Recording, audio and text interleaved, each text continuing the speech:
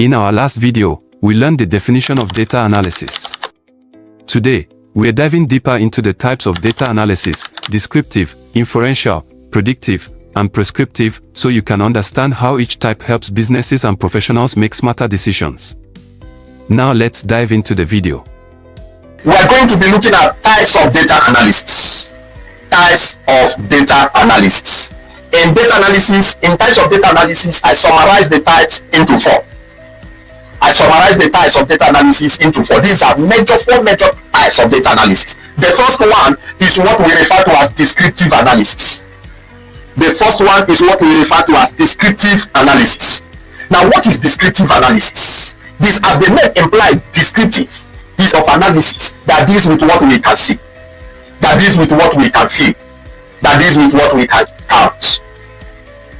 What we can see, what we can feel, what we can count. So we can see the number of students on this call now. We can say by so time, we can say, okay, we might say, okay, let's compute the number of students on this live session at every 5 minutes interval. So at 5 minutes, we take record of the number of students on this live. That is descriptive because it's something we can see. We can see it as the live is going and say, okay, on this live, so number of persons are live. We can count it. It's a statistics that deals with what we can see, what we can describe. You can look at somebody and you say he's putting on a red shirt. That's descriptive. You are describing the color of shirt. The persons that are, there are 5 females on this, there are 5 females in class and 7 males. That's descriptive. So when we talk about descriptive statistics, descriptive analysis, it's an analysis, it's a statistics that deals with what we can see, what we can count, what we can feel. So if we can feel it, we can describe it. That's why it's called descriptive. And it's analysis that focuses on the past. Analysis that focuses mostly on the past data, historical data, past data. When you look at this, and also a kind of now. So in descriptive analysis or in descriptive statistics, there are 2 types of descriptive analysis or 2 types of descriptive statistics. Under the 2 types of descriptive statistics, we have measures of central tendency, which deals with data that checks how concentrated the data are at the center. That's measures of central tendency. Then the second one is measures of dispersion or measures of spread. Measures of dispersion or measures of spread. That's the second type of descriptive statistics. Descriptive statistics is in 2 types. Measures of central tendency, where we have mean, median, mode. You remember that in your basic maths or your basic statistics, mean, median, mode. That's for measures of central tendency. Then when we talk about measures of dispersion or measures of spread, we are talking about the range, we are talking about the standard deviation, the variance, the quartiles, and the standard error of mean. They are all mean deviation, rather, not standard error of mean. Mean deviation, they are all under the measures of spread or measures of dispersion. Alright, now having established that and having explained what descriptive analysis or statistics is, we move forward to the next one, inferential analysis, or what you can call inferential statistics. Now under inferential statistics, or what you can call diagnostic analysis, what you can call diagnostic analysis or inferential analysis, is an analysis that deals with educated gaze. What do I mean? It's analysis that deals with educated gaze, that states prediction, make a statement that is not certain, makes an uncertain and unverifiable statement. Then we can now analyze to check whether that statement is true or false, whether that statement will be accepted or not, whether that statement will stand or not. That's what inferential analysis is. It's an analysis that deals with educated gaze. That's where we begin to talk about hypotheses, making hypotheses, stating hypotheses, stating statements, making observations, and then from that observation you make a statement, you make a hypothesis, you state certain stuff that you from your observation, not just coming anytime and make a statement. No, from certain observation you can now make a statement, state a hypothesis. That's what we call it. An unverifiable statement that is backed with observation. You make that statement. The next thing we do is to now take analysis, to take certain tools to analyze, to know whether that claim will be accepted or not. To know whether that claim will be accepted or not. That is inferential analysis. Shadrach, I'm seeing what you are doing. Thank you for putting that update. I'm seeing that also, and who else does that? John N. Good to have us on that. Thank you for updating on charts. That is beautiful. That's a beautiful approach. All right. Inferential statistics or inferential analysis, like I said, is an analysis that deals with educated gaze, educated statements, educated gaze, and on that observation, you make certain inference, you make certain statement. And under inferential analysis and under inferential statistics might be your network. It might be your network. It might be your network. Please check your network. It might be your network. Is very good from my end here.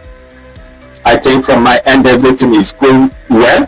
So check your network also. All right. Now under inferential analysis or under inferential statistics, we have two types of inferential statistics or inferential analysis. I will be using those two words interchangeably as regards to these types of data analysis. I'm going to be using them interchangeably. The two types of hypothetical inferential analysis is hypothetical testing or test of hypothesis and estimation of parameters. That's the name, estimation of parameters and hypothetical testing. Now under hypothetical testing, that's where we test hypotheses, check the null and alternate hypothesis. We are going to get to that as well. So these are the two types of inferential analysis or inferential statistics: test of hypothesis or hypothetical testing. Either you call it test of hypothesis or hypothetical testing and estimation of parameters. All right. Now, having explained that, the next one is what we refer to as predictive. Predictive is a type of data analysis that forecasts for future. It forecasts for future using forecasting tools and machine learning to design a predictive model. But like on this session, we are going to be looking at regression analysis as a predictive model. We are going to be looking at how to use regression analysis to state a predictive model in order to make informed decision. So in predictive analysis, is a type of data analysis that makes use of historical data in order to make a statement for the future, to predict future occurrence. So it leverages on historical data. It leverages on past information, past data, in order to make a decision for the future. That's why we call it predictive. Ability to forecast. The ability to forecast. That's the predictive analysis. That's the predictive analysis. Now the fourth one is a more advanced aspect of analysis that uses predictive tools. Doesn't just only predict, but give recommendation of the solution. That's where designing machines and automations using machine learning to design an automated model in order to prescribe certain cure for diseases, or not just predicting the time of occurrence, or not just predicting outcomes, also make prescriptions, make recommendations, state solutions, give solutions. So that's where we begin to look at AI models, machine learning models that we can use not just to uncover trend, but to also state solutions as regards to what we have. And this aspect of prescriptive is currently now mostly used in business, health sector, logistics, even in telecommunication, especially in health. That's why if you are in health, you will see there's a lot of integration of AI models, machine learning, and predictive models in order to be able to state solutions for certain ailments, for certain diseases, to see solutions for certain diseases. So this prescriptive analysis is a more advanced data analysis that requires data programming, machine learning, and even AI integration and automation. Now let me explain it as in a way we understand. Let's say a doctor comes and check you check you and asks you certain information. History about the ailment, how are you feeling, so this. He's getting past information, and then using it to make some prediction. Okay, by so time this symptom should come, this will happen. Then if it happens, take so drug. He's prescribing. The doctor is making prescription for the solution. Why? Because you already have information, you already has a solution what can be done. So the same thing is in analysis, where we use analytical models in order to prescribe, in order to give solutions to certain events, to certain challenges, to certain outputs. And these are the major or the overall 4 types of data analysis. You've just discovered the main types of data analysis and how they shape decision making. In the next video, we'll break down benefits of data analysis and show you how it impacts everyday business and research. Don't forget to like, share, and subscribe so you don't miss it.